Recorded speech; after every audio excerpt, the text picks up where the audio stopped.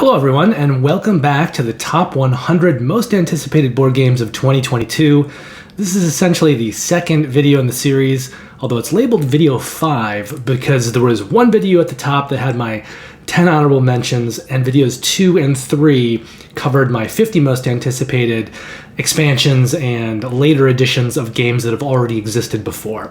So this series kind of started in earnest with video 4, which covered the beginning of the alphabetical list, which started with the 7th Citadel, and it ran through D.E.I, which happened to be Darkest Dungeon, the board game. This video picks up where that one left off. So we'll start with D.A.R.W, or Darwin's Journey, and we'll continue through Hamb, Hamburg, which is the new Stefan Feld game. If you like this video, you can check out the other videos in the series, which are linked below. And if you like this video, please consider actually liking it, hitting the like button, and subscribing. So without any further ado, let's roll the music, and then I'll start talking to you with the first game in today's 20-game list, Darwin's Journey.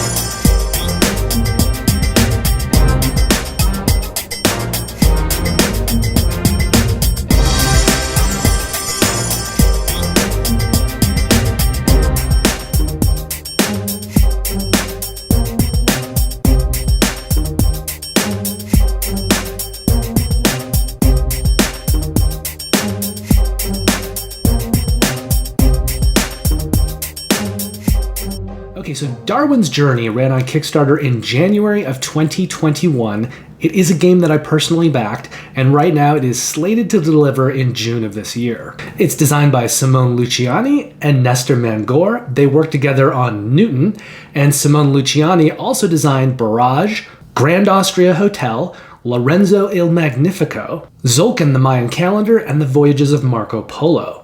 Now this is a heavy worker placement game. It features contracts and set collection, and it's themed around Charles Darwin and his travels around the Galapagos Island, refining the scientific method and identifying species. Now there was actually a much lighter Darwin themed game a couple years ago called Darwin's Choice.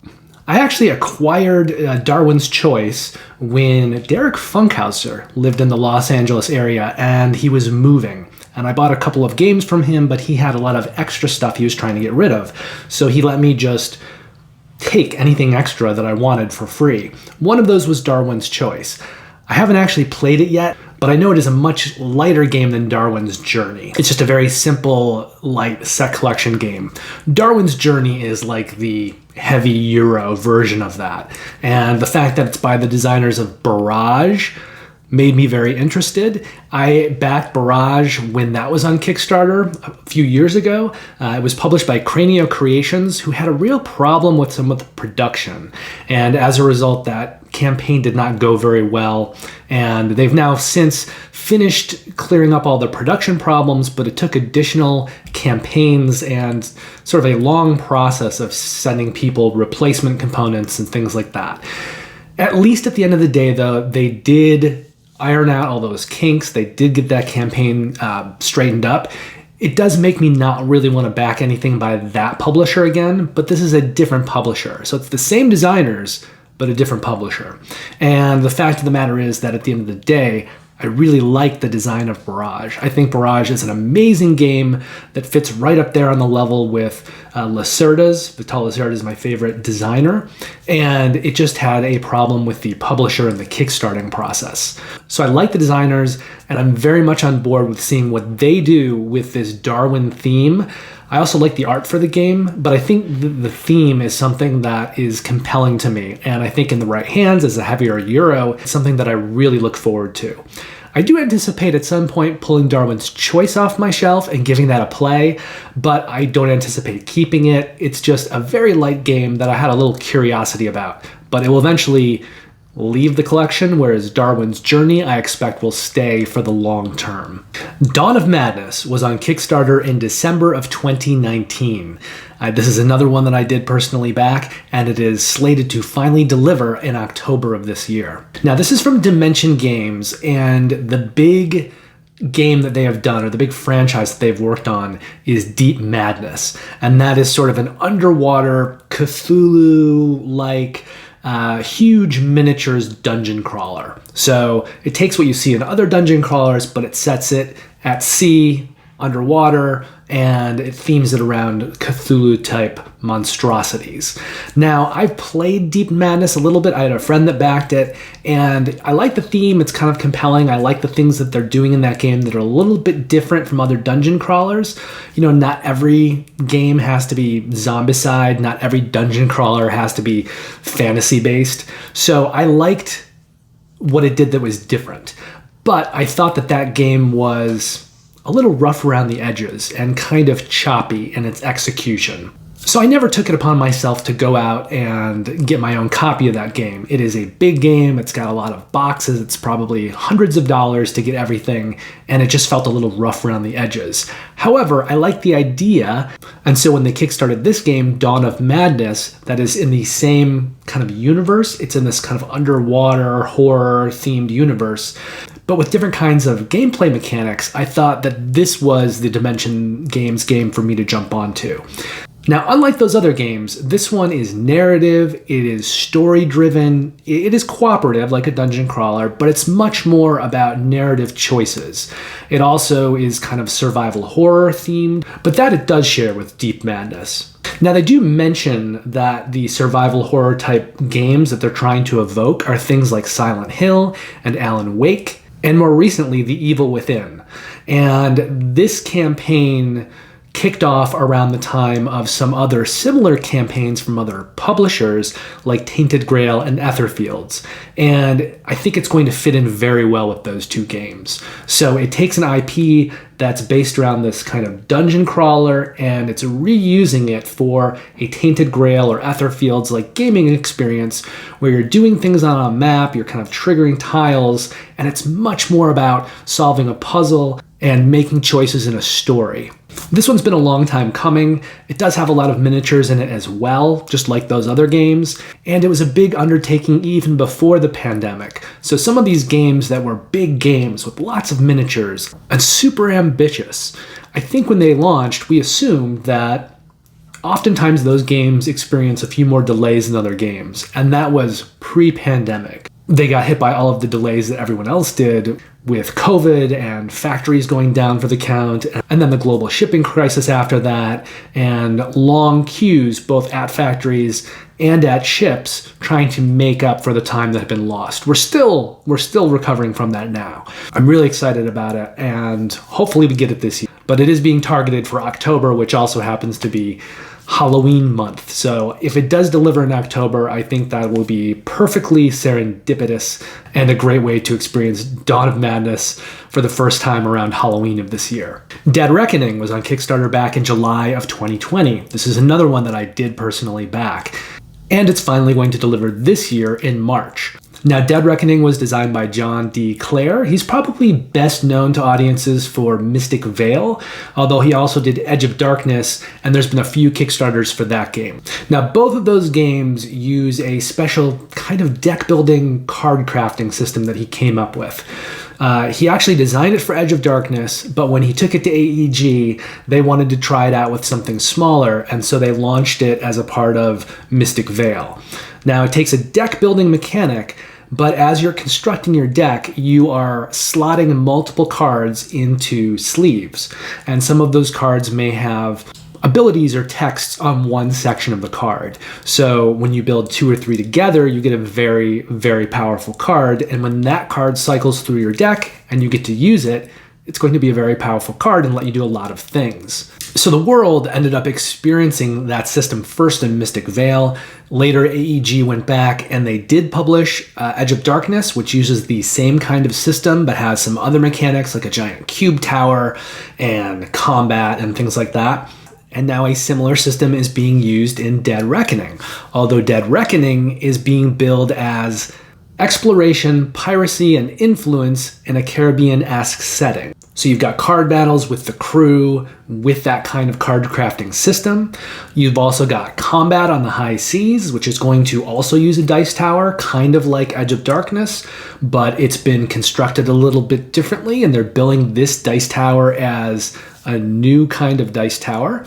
And then players are also going to be vying for area control in all of these surrounding islands.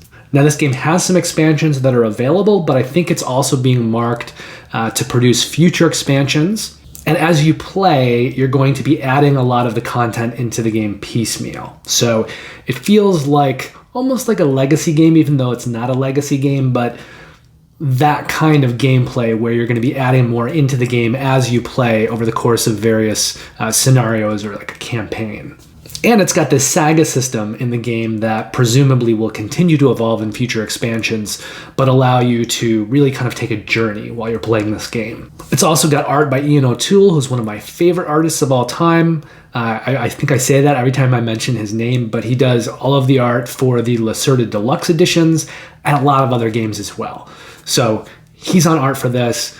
Between that and John D. Clare, and the fact that it's being published by EEG, this is going to be an amazing game and very sandboxy and pirate themed. It has a lot going for it.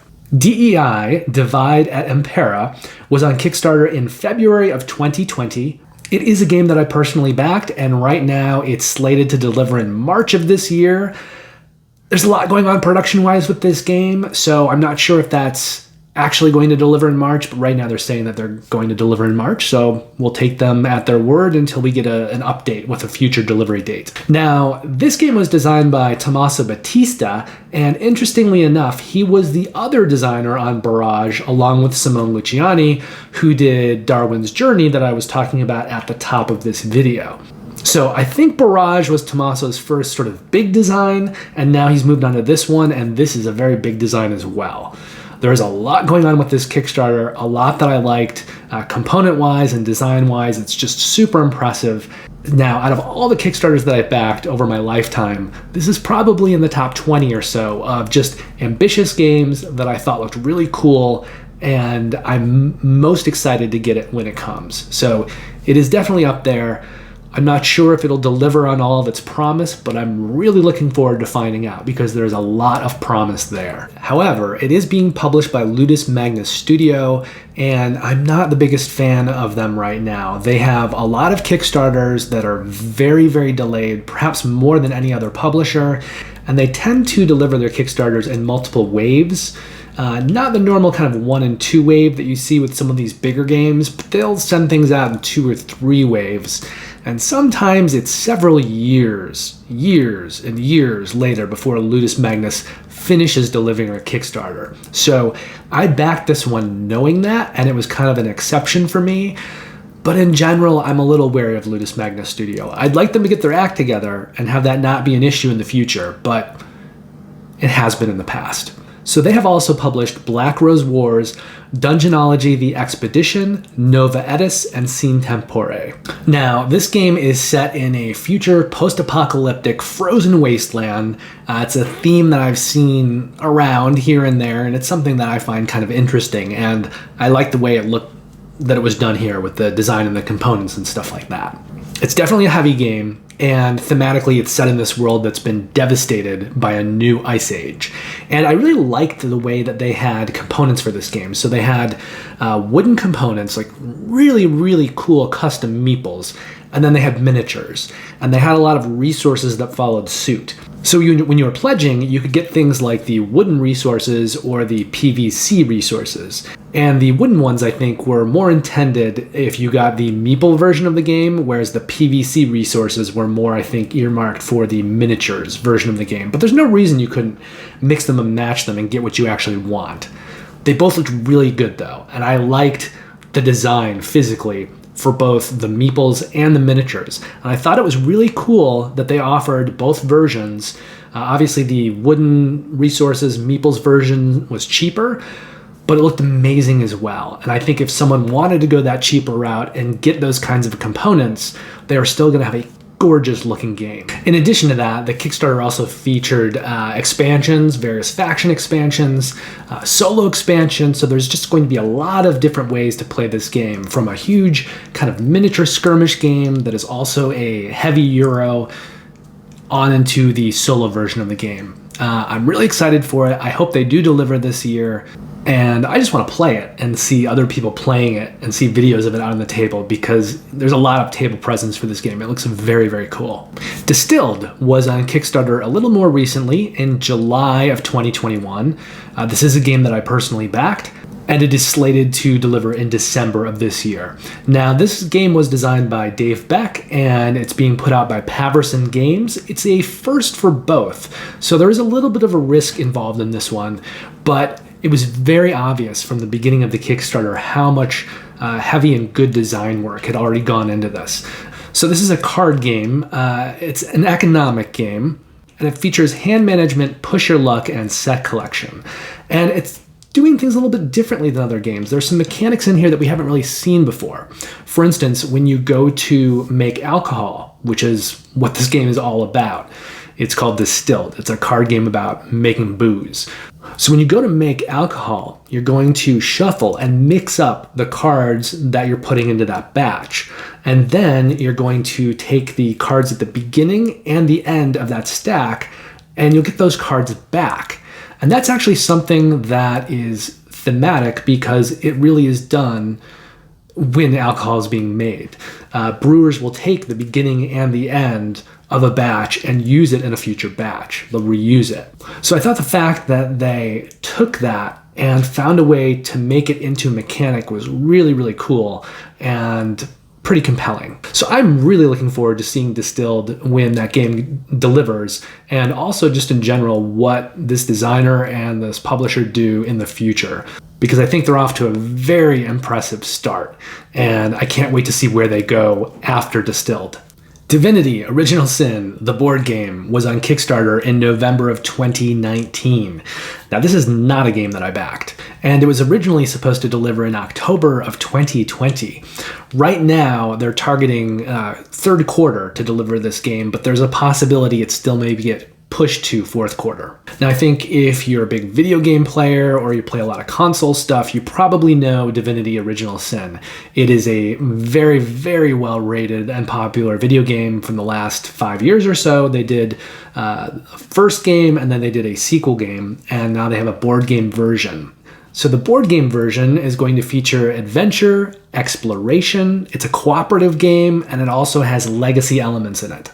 I know that it is partly based on the actual story, the plot from Divinity: Original Sin 2, and something that has made me curious about the game is I've seen a lot of other people who have played production copies of the game when the Kickstarter was running, and every single one who played the board game and knew the video game said that it captured the video game very, very well. It really sort of did a good job of translating the kind of experience of the game and those mechanics into the board game version. Now, the board game, just in case you're curious, has a rating, I think, over on Metacritic of 8.1, but then they did an enhanced version, and that has a rating of 9.4, and then the sequel, Divinity: Original Sin 2, has a rating of 9.3. So 9.4, 9.3, those are very good ratings, and I think a reason why a lot of fans of the video game are very excited for this board game version, or at least the gamers that do play board games.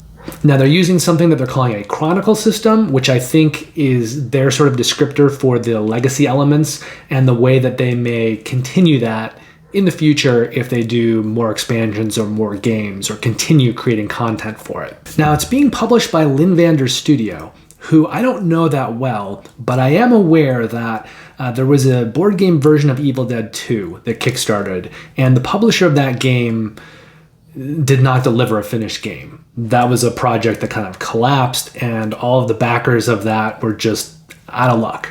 But Linvander came along and they produced a different game, an Evil Dead 2 game, and they provided it to all the people who'd backed the original campaign. So I just think that earns a lot of goodwill from me for them. I don't think that the game that they made was actually supposed to be that great, but it may have actually been better than the original game. Either way, I think it was a good thing that they did, and the people who backed the Evil Dead 2 campaign did eventually get a completed game because Lynn Vander came into that situation and solved that problem. So huge kudos to them, and hopefully Divinity Original Sin is an amazing game and much better than Evil Dead 2. Divinus was on GameFound in August of 2021, and that is a game that I personally backed, and right now it is slated to deliver in November of this year. Now, this Kickstarter was put up by Lucky Duck Games, who have done the Chronicles of Crime series, and they've been doing a lot with cards and QR codes on cards, and then using those QR codes within various settings to tell a story or solve a mystery. When they did it within the Chronicles of Crime series, it was to solve a crime. And so a lot of that game was about going into a crime scene, looking around a room. You'd actually use your phone for that. It did use an app as well. And you'd look for clues in the room. And then you'd pick a bunch of cards. The cards would have QR codes on them. And you could use those cards, those things that you found in the room, in the game, in the gameplay. It was very much about solving a case. It was kind of like Sherlock Holmes consulting detective, but upgraded for app technology. So they followed that up with Destinies, which delivered this past year, I think. And that used that same kind of app technology and QR codes on cards to make a storytelling game. Interestingly enough, though, it was a 1 to 3 player competitive game. Although they actually did have a mode in it where you could play with 4 players and sort of play 2-on-2. And to do that, you had to buy an additional expansion. Now, if you're interested in Destinies, it is a 1 to 3 player game. It is competitive, which is a little odd. Usually these kinds of games are cooperative, but it was competitive. And right now it has an 8.0 rating on Board Game Geek. Now, I've played a little bit of it. I do own it, and I like it, and I think it's kind of neat, but it is very much kind of a one and done game for the most part. So there are a few scenarios in the base game. There are a couple expansions. Each of them has a few scenarios. They kind of make these little mini campaigns.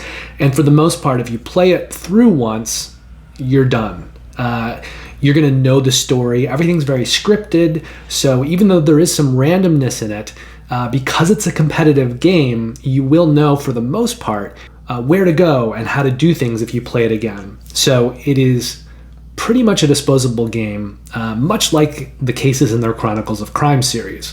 So I didn't love that part about it. And I thought there were also some issues with the fact that they did this weird kind of 2v2 version that was an extra expansion. Now, this game is designed by Philippe Milunsky, who also designed Destinies, but it really looks to me like they're taking that experience and refining it and making a better game using what they learned when they did Destiny. So Divinus is going to be sort of a campaign scenario-based game. It is going to be a legacy game. I believe it's actually repeatable, and I believe that you can replay it when you're done, kind of like Charterstone. It has some tile placement mechanics in it, I think probably much like Legacies did, but I'm really just curious to see where they've gone after Destinies and if they've created a system that is maybe just a little bit more replayable and user-friendly than Legacies was. Legacies was very cool. It had a lot of cool ideas behind it, but at the end of the day, it is a disposable game, and I don't know if it's going to kind of stay around for the long haul in gamers' collections and in gamers' minds. I think people will move past that, but it's possible that Divinus will have a longer life. Earthborne Rangers was on Kickstarter in August of 2021. This is another one that I did personally back, and it is slated to deliver in September of this year. Now, this game was designed by Andrew Fisher and Andrew Navarro, who worked previously at Fantasy Flight Games, and this is kind of a new undertaking for them. There are a lot of different and new ideas in Earthborne Rangers, and it's also the start of a new publishing company. So if it does well, hopefully we'll see more games from this publisher and this team. Andrew Navarro was actually head of the studio over at Fantasy Flight from 2004 through 2020. And then he went over and worked at Chip Theory Games from 2020 through 2021. And then after spending a year at Chip Theory, I'm not sure if he was originally planning on staying at Chip Theory long term, or if it was maybe just to kind of feel things out and see how they do things, with the expectation of then eventually moving on to produce his own game at his own company. But either way, that is what he did. And he worked at Chip Theory for a year, and then he moved on and made Earthborne Rangers. Now, this is a customizable cooperative card game. It has a branching narrative, and the Sadler brothers actually worked on the design and development of this as well. And they've worked on a lot of games like this, and they're really good. So that only increases my expectations for this game. Now, there is a main storyline in this game, but there's lots of side quests and character-related quests, and it really feels to me like this is going to be a game like a massive MMORPG, something like World of Warcraft, where you've just got a whole world behind you, and you can kind of go and do what you're expected to do, or you can kind of just go off and do your own thing. And part of what is intriguing to me about Earthborne Rangers is wondering where the game eventually is going to go, where that gameplay is going to go, because it feels on the surface very sandboxy. It doesn't feel necessarily like you've got this very on-rails story where you're playing a specific campaign and you're going to get to the end and that story is going to be very linear and kind of the same anytime you play it. It feels more like this has created a world. There is a storyline or some kind of main storyline out there, but it feels like this is much more about exploring the world and seeing all the little nooks and crannies that you can find, much like when you wander into some huge, massive online game and you kind of create your own experience. Now, the art on Earthborne Rangers is by Evan Simonet, who worked on Arkham Horror the card game as well as Fallout. And another thing that is very kind of cool about this production just in general is that it was done with a very green sensibility. So a lot of the components were produced in a certain way and made at certain factories to use as low a carbon footprint as possible. And I think it'll be very interesting when this game finally delivers to see, where that production process led them to component-wise. I know they have some chips in the game, and they're being manufactured and produced in a different way than was originally intended. I actually like the original components, but I think that they made the changes that they did for kind of environmental reasons. And so I'm totally okay with that, and I'm curious to see where they finally landed on a few different things. But this game is a little bit of a mystery, kind of narrative-wise, and I'm very excited about it for multiple reasons. That and the production in general. The Elder Scrolls V Skyrim, the adventure game, was on GameFound in December of 2021. It is not a game that I personally backed, and they are planning on delivering it right now in August of this year. Now, that seems very ambitious to me. It's a big, miniatures campaign exploration game, lots of production in this.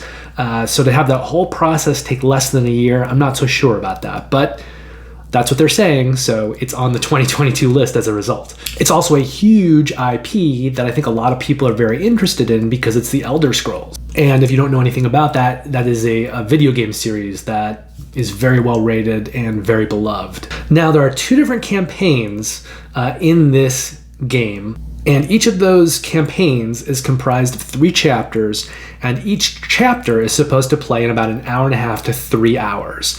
So we're talking times 3, 9 hours, times 2 campaigns, 18 hours total. There was also a third campaign called Dawn Guard that you could have added on during the campaign for the game. So if we assume that it's similar, also 3 chapters, also about 9 hours of gameplay, theoretically that would bring the gameplay from 18 hours to 27 hours. So it's not a lot of gameplay as kind of big storytelling, narrative, dungeon crawlers go. It's a smaller amount of story compared to a lot of these other big games. However, I'm sure that in the design of this, they've left the door open to really add on and have more campaigns. So what they're doing here is they're designing a system and then 3 campaigns within that system. And if all goes well, There's, I'm sure, plenty of room for them to create more campaigns in the future, but that's what we're looking at right now with this GameFound campaign. It's also being published by Modifus Entertainment, who did Kung Fu Panda the board game, and Thunderbirds. So again, they haven't done anything that huge on this kind of level as Elder Scrolls before. This is a big step up for them. But the thing that really has me interested in it, or has this on my radar, is the fact that it is being published by Modifus Entertainment, who are also putting out a game this year called Spectre the board game. And the designer here, Juan Ekanike, worked on both of those games. And this one he did mainly by himself. He was the sole designer credited on Elder Scrolls. But on the Spectre board game, he had a big team of co-designers. Some of them included a team of designers called Kadama, which includes the likes of Antoine Bauza, Theo Riviere, and Ludovic Montblanc. And those guys also worked on Arceus, which is another game that I'm interested in and anticipating in 2022. So even though Modifus hasn't done that much previously, I think this might be the year for them to really kind of break in a big way. And that may happen once both Spectre releases out into the wild and the Elder Scrolls. And Spectre, incidentally, is not what you're probably thinking of. You're thinking, oh, this is just going to be a James Bond board game and it's a heavy Euro, and you'd be right. But in that game, the players all play various of the Bond villains throughout the runs of his films. Now, I think that's a very cool take on Bond, where you're going to be sitting around the table and everyone's going to be playing different villains, almost like you are the League of Evil. It has me very curious for Spectre the board game and Modifus in general as a publisher in terms of where they're going with both that and this game. And it consequently has me more interested in this game. This is a huge IP. I mean, it's a better known IP than something like Divinity Original Sin. I think only really kind of dedicated console and computer gamers know Divinity Original Sin. But I think Elder Scrolls is one of those titles, because it's been around so long, I think in general people kind of know what Elder Scrolls is, which makes me think that the IP is a lot more expensive, and that if Modifus went into this, paying that kind of money for this and making this game, they have big plans. So we'll see where that all goes this year as those games come out. But I am definitely very interested about Modifus and Spectre and Elder Scrolls as games. 11, Football Manager card game, was on GameFound in September of 2021. This is one that I did personally back, and it is slated to deliver in September of this year. Now, this is being published by Portal Games, who've done a bunch of stuff from Robinson Crusoe to Pret-a-Porter to the likes of Imperial Settlers and 51st State Master Set. Incidentally, 51st State is getting its own crowdfunding campaign later this year with a big expanded edition. But in general, I really like Portal Games, and their game Pret-a-Porter feels kind of similar to 11. Pret-a-Porter was about designing dresses and then taking them to various fashion shows around the world. 11 is doing something similar, but with soccer. And the designer, Thomas Jansen, has sort of redesigned it from his own game Club Stories, but made it into a kind of much bigger, much more ambitious game. Now, along with that, there's a solo mode that goes through 6 different seasons, but whatever mode you're playing it in, you've got scenarios that you can follow. You've got different kind of expansions and modules you can put into it if you want it to be bigger and kind of have more things to do or add some variability to it. And it is at heart kind of this economic contracts and set collection game, much like Pret-a-Porter. So depending on what you play with when you play the game, you're going to be doing things like hiring staff, trainers, physical therapists, PR specialists, directors, acquiring sponsors, dealing with social media, which I think is a pretty cool addition to a game like this, and expanding your stadium infrastructure. But I think if you're looking for a heavy Euro that is connected to a sport and you want to follow a team through a season and see how that team evolves over time, through multiple games, through different scenarios, this is a really good idea, I think, to bring that kind of evolving scenario play into a sport-based board game. Now, I'm not a huge fan of sports. I like to play them. I've never been a huge watcher of sports. And I'm from the US, so soccer has never really been my default sport.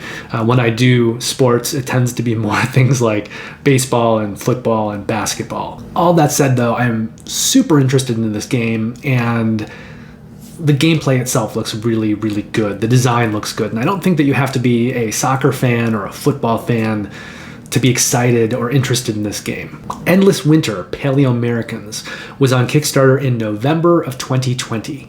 It is a game that I personally backed, and it is slated to deliver in April of this year.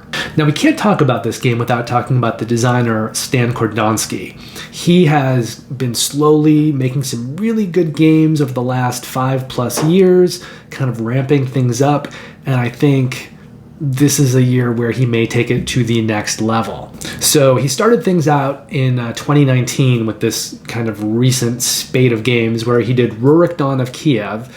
He followed that up with Lockup, a role-player tale, and Shadow Kingdoms of Valeria. And then Rurik delivered. It got a lot of very positive feedback from gamers and press, and so they went and they did a Kickstarter campaign for an expansion. That was Rurik Stone and Blade. Then there was this campaign. Following that, he did another Euro game called Resurgence through his own company that he just launched. And then later this year, they're doing an expansion for Lockup called Breakout. And every game that he does just is better than the game before, is getting higher ratings, is getting more happy gamers playing them and talking about it. When this game launched, it was being talked about as his magnum opus. Now, Endless Winter Paleoamericans features mechanics like deck building and worker placement together, and it's got art by the Miko, who does a lot of the games for Garphill Games, Final Frontier Games, and the Valeria universe. One of my favorite artists, really, really good artist, and the components for this look fantastic. Not just the art, but also there's a lot of little plastic miniature pieces, and this is a heavy Euro with a lot of design and component love and just bright colors and fun, chunky looking pieces. But in addition to all of the nice components, there's also mechanics like multi-use cards, area influence, tile placement, tableau building, and set collection. And all of those mechanics together, I'm a huge fan of tableau building as well as deck building and worker placement, I think are going to create just a really fun, heavy Euro experience, and I'm really looking forward to this game. Fall of the Mountain King was on Kickstarter in June of 2021. This is one that I personally backed, and it is currently slated to deliver in May. Now, this game is designed by Adam Dalton, who also designed Power Plants, and that game is being published by Kids Table BG, which is related to Burnt Island, which is the publisher of this game. It's basically the same company, they just have two different arms, one for more kids games and then one for more kind of adult Euro-y type games. This is a prequel to In the Hall of the Mountain King, and you were able to pledge that game as well through this Kickstarter campaign. In fact, a lot of people really wanted the plastic components for In the Hall of the Mountain King, but couldn't get them after the Kickstarter. Also, some people really wanted the wooden components, but had chosen an option to just get the plastic. And both of those things were hard to get after the fact. So there were backers who backed this for the new game, backers who backed it for the old game, backers who backed it for both, and I think backers who were involved in this campaign because they just wanted to get a different kind of component, whatever they were missing from the previous In the Hall campaign. Now, in addition to Adam being a relatively new designer, this game also features the work of two new artists, so they haven't done work before either, and it's going to feature mechanisms like action points, area majority, and drafting. I'm curious about this game, but I did use this Kickstarter as an opportunity to pick up In the Hall of the Mountain King, and I'm actually more excited about getting that game. So we'll see when they deliver how I like both of those games and if Fall is a keeper, but I'm actually looking more forward to adding In the Hall to my collection. Fjords was on Kickstarter in March of 2021. This is not a game that I personally backed, and it is slated to deliver in March of this year. Now, this game is designed by Frans Benno de Long. He's done a couple games that are fairly well known, at least in deep gamer circles, and those are Big City and Container. Both of those games had sort of big versions, bigger bigger component versions, kickstarted within the last 5 years or so. But they're older games from maybe 15 years ago. In fact, the original version of Fjords was published in 2005. It's a very light game, and if you're curious, it has a 6.7 rating on Board Game Geek right now. So they've kind of gone back to this one, and they've produced it with new art. And much of the reason that it's on my list is because of that new art. Now, the art the first time around I think wasn't anything that impressive, but on this new version, they have Beth Sobel doing the art. And she's worked on games like Arboretum, Calico, Cascadia, Wingspan, and Viticulture. I think she's a fantastic, amazing artist. And her art, like that kind of really good art on a game like this, is just going to make this game sing. Now, the original game is a 2-player only game, and there's some comparisons between that and Go, the classic game Go. And players are building villages, there's tile placement, but it's a one-on-one, a head-to-head game. So with this redesign, they've opened it up. It's now a 2 to 4 player game. It's got that Beth Sobel art, and it's got 5 new modules designed by Phil Walker Harding. Now, Phil Walker Harding has been building up a name for himself designing some lighter games, doing a bang-up job at it. So the games that you may know him from include Baron Park, Gizmos, Sushi Go, and Sushi Go Party. A very solid designer, I think, coming into this game and helping open it up, making it into more than just a 2-player game. It's a new version of the game. It's going to have new modules that expand and improve the gameplay, and this great new Beth Sobel art. So this is definitely something that I'm keeping my eye on, and I don't know if I'll pick up a copy, but I definitely would like to see it and play it in 2022. Florence was on Kickstarter in May of 2021. It is a game that I personally backed. It was supposed to deliver in March of this year, but just recently, as I've been prepping this video, it's been pushed back to May. And the reason that I was initially interested is it's being put out by Braincrack Games, and they did Ragusa and Venice. And I backed both of those games, and they're really, really good games in different ways. Venice is by David Turksey, who's a designer that I love. That was actually the second one. Ragusa came out first, and that is a game that can appeal to a wide range of gamers, I think. It's not that complicated a game in terms of the game's systems, but there's still a lot of good choices to be made, and to me, Ragusa is something that I think I could pull out no matter what types of gamers I have around, and we'd have a really good game. So the designer for this game, though, it did not work on either of those. His name is Dean Morris, and he previously did a game called Pacific Rails Inc. that has been slowly getting more and more attention over the last couple of years. And the art is by Dan May, who worked on Everdell. Now, one of the things that I think is really cool about this is you've got some very interesting custom meeples in the game. And some of these meeples are braggers, and they're also brag cards. There are 3 different characters. So you've got Cosimo, Giovanni, and the Contessa in the game. They've each got custom meeples. They're these kind of royals that are going to be moving around the board, kind of like a rondel. And depending on what they're doing, players are going to be trying to ingratiate themselves to different members of this noble family, these 3 nobles. And I thought that the gameplay was just really unique, and I liked the components, the way they kind of had physically translated into the game. And Braincrack was already 2 for 2 with me. It also doesn't hurt that David Turksey designed the solo mode for Florence, and I'm just a huge fan of David Turksey, both his design work in general and his solo stuff. So this is the final game in this series from Braincrack. It's kind of their 3 Italian city games. There's Ragusa, Venice, and now Florence. And I'm really looking forward to getting this game and seeing if it's as good as the other 2. I really think it will be. Foundations of Rome was on Kickstarter in February of 2020. Now, this isn't a game that I personally backed, and it is currently slated to deliver in February to March of this year. Now, this has a very solid designer of some lighter games behind it. I'm talking about Emerson Masucci, the designer of the Century games, as well as Reef and Spectre Ops. Spectre Ops is weird for him. It's like this other kind of game that he did, and he almost just did a Metal Gear Solid board game that I think he was going to use some of his Spectre Ops designs and then kind of redesign it and retheme it. But that ended up falling through. But that's kind of over to the side with Emerson Masucci. It's like this other kind of designing that he has done.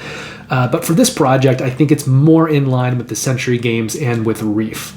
Now, this is a city building game and a tile placement game, and it's on the light side, but this game is going to have a lot of table presence. And the reason for that is that even though it is a tile placement game, there are a ton, and I mean a ton, of big miniatures in this game. There are all these different buildings, everything's a miniature, so when you're placing tiles, you're not placing little cardboard tiles or tokens, you're placing plastic miniature buildings. And that was also the reason that this Kickstarter got very expensive, especially for what it is, this lighter tile placement game. And that ultimately was the reason that I did not back it. I just thought it wasn't worth paying this huge price for a kind of a light tile placement game. But I'm really intrigued by the game. I didn't want to pay that kind of money to own it, but I really want to play it and I want to see it. And I wish that it was available for a cheaper price. I think it looks like a very cool game. I think it just got a little too big for its britches component-wise and became very expensive for what it is gameplay-wise. In fact, I think if you were pledging it, I believe the all-in price was about $185, which when you're looking at a game and you're comparing it to things like the Century games and Reef, you're thinking like, oh, maybe a tile laying game by that designer, 30, 40, 50 bucks at the top, at the outside. 185 is a lot. It's a big jump for this kind of gameplay, but it is merited with the miniature buildings that they're provided. It just, I think, remains to be seen whether you really need those for this kind of gameplay. Now, it is part of the new Dice Tower Essentials line, so people will continue to hear about it that way. And I guess we'll see. We'll see how it catches on. We'll see if the gameplay and the table presence really makes this a popular game, or if the fact that it's such an expensive game with these big chunky plastic miniatures for buildings in a tile placement game keeps people away from it. But I'm really curious to find out, what kind of life it has, and I would like to play it at some point and build Rome with all of these fun building miniatures. Fractal Beyond the Void was on Kickstarter in October of 2021.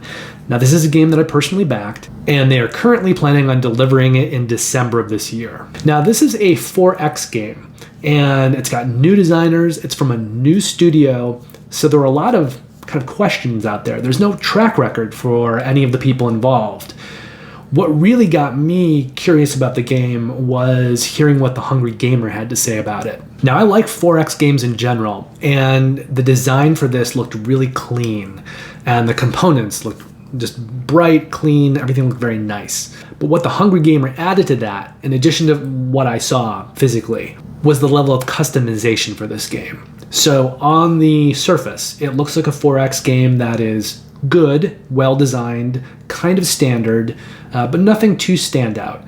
Nothing that when you just set up the game and play the base game from the beginning is going to be super compelling and make you think I have to get this 4X game over all other 4X games. But what it has is customization, so that over the course of the game, you will be able to run down paths of customization so far that by the end of the game, everyone will be playing very, very different factions with very, very different game-breaking powers. And I know, for instance, recently that a lot of the love and the joy that people are getting from Dwellings of Eldervale is when they explore different factions and they find out the ways that they can use those factions with certain cards and kind of chain different actions and abilities together and make things more powerful and kind of like walk around the room and pull the levers and push the buttons and see what happens. And I think Fractal is going to be similar in that way, where there are going to be all these kinds of things that work together and open up new combos and new abilities and show you a side of the game that you maybe didn't understand was there from the beginning, just in terms of the potential of what it can do. There's a lot of promise there, and I did back this one because I'm curious to see if it can kind of deliver on that and how that customization plays out and colors the gameplay experience. So I think that while Fractal may not be the most, original 4X game. It may not have insane factions. And I have a game like that I got fairly recently called Tsukiyumi Full Moon Down that I pledged for the insane, crazy factions, and I thought it would be a lot of fun to play. And in my opinion, it's not really. It's not a very good game, and it's something that I'll probably be getting rid of soon. This kind of comes from the opposite side, where it's not selling you with anything cool and crazy, but it's got so much ability under the hood to create that while you play during the game. And that seems very interesting to me and very compelling, and it's something that I want to experience. Frosthaven was on Kickstarter in May of 2020. This is a game that I personally backed. Right now they're shooting on delivering in August, maybe September. They're waffling a little bit, but they're being hit by the same delays as everybody else. And Isaac Childress, the designer, is always on top of things. And so he's trying to always be very specific about the timelines. So I think that will continue.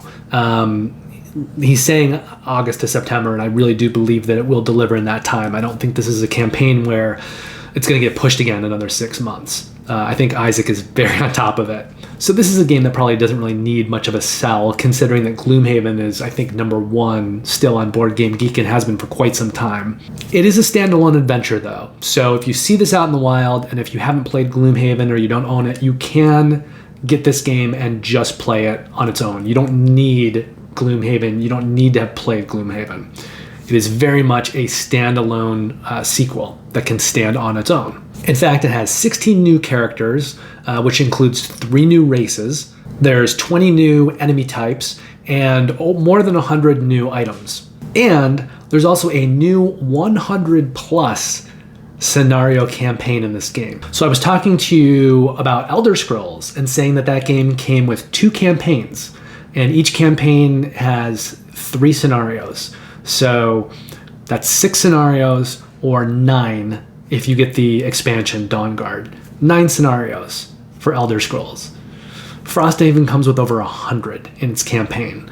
And if it's anything like Gloomhaven, I don't know that it will be exactly, but you may not play every scenario in a campaign. So there is a lot of reason to go back and replay it and then try to play the scenarios you didn't get to the first time around. Or maybe you took a certain story choice, so you got this scenario instead of that scenario. So you may want to go back and play Frosthaven more than once if you really want to see everything.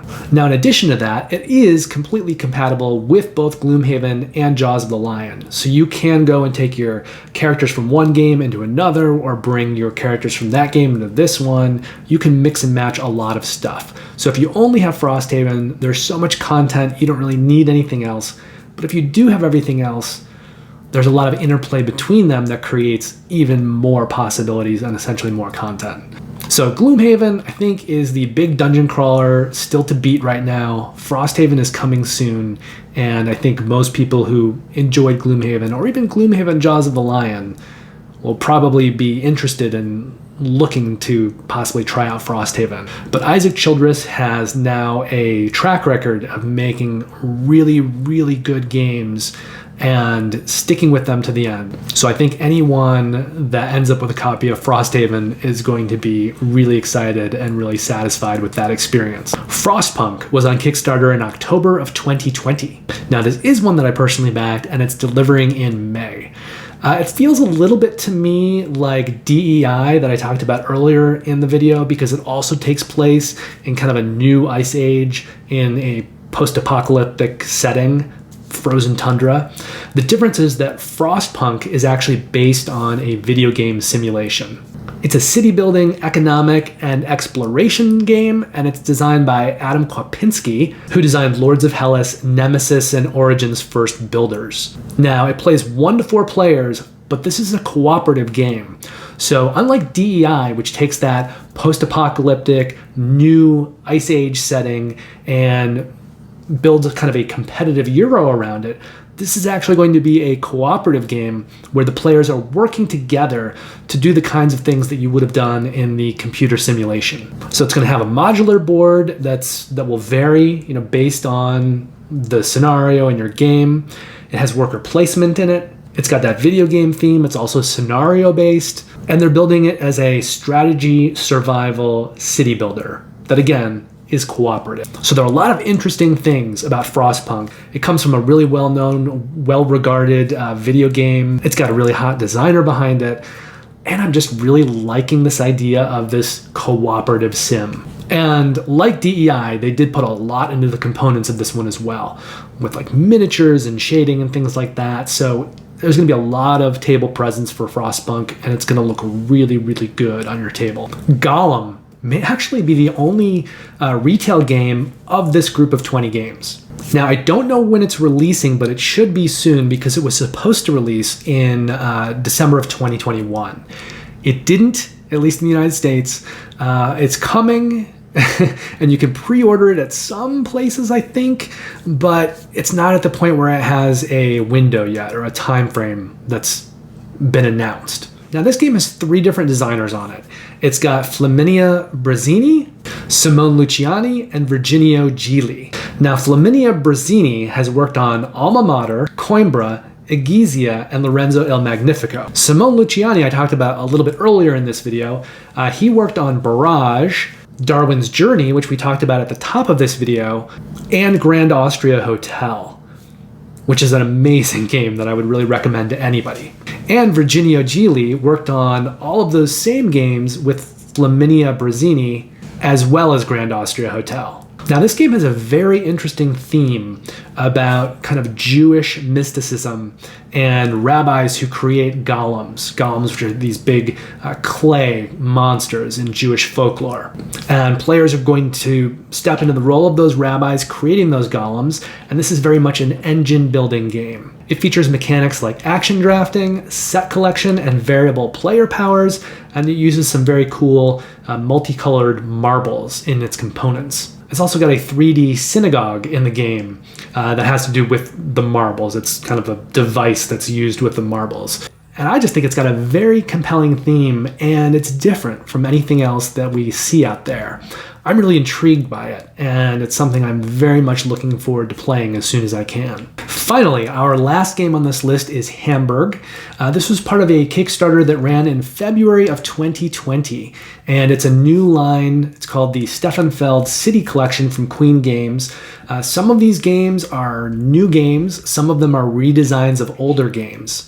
Hamburg is actually a re-implementation of one of Feld's most well-known games, Bruges, but rethemed, and it's been tinkered with a little bit in its new version. It was originally supposed to deliver in February, but all of these games in the collection have been pushed back, and I think all 4 of them, they were from 2 different Kickstarters, are now delivering in May of this year. If you've never played Bruges before, it is a city-building card game with tableau building, and it's very popular. It's very, very, very well liked. It's just kind of out of print. There's also 2 expansions, which I think are even longer out of print. Those are called The City of the Zwin and Pets, and both of those expansions, along with some new content, are all going to be included in this new version. So I think even though Bruges is really well regarded and really well loved, it is out of print and hard to find. And so if you back this Kickstarter, you're going to get a version that includes everything at a time when there may really not be another way to kind of piece that together out there in the wild.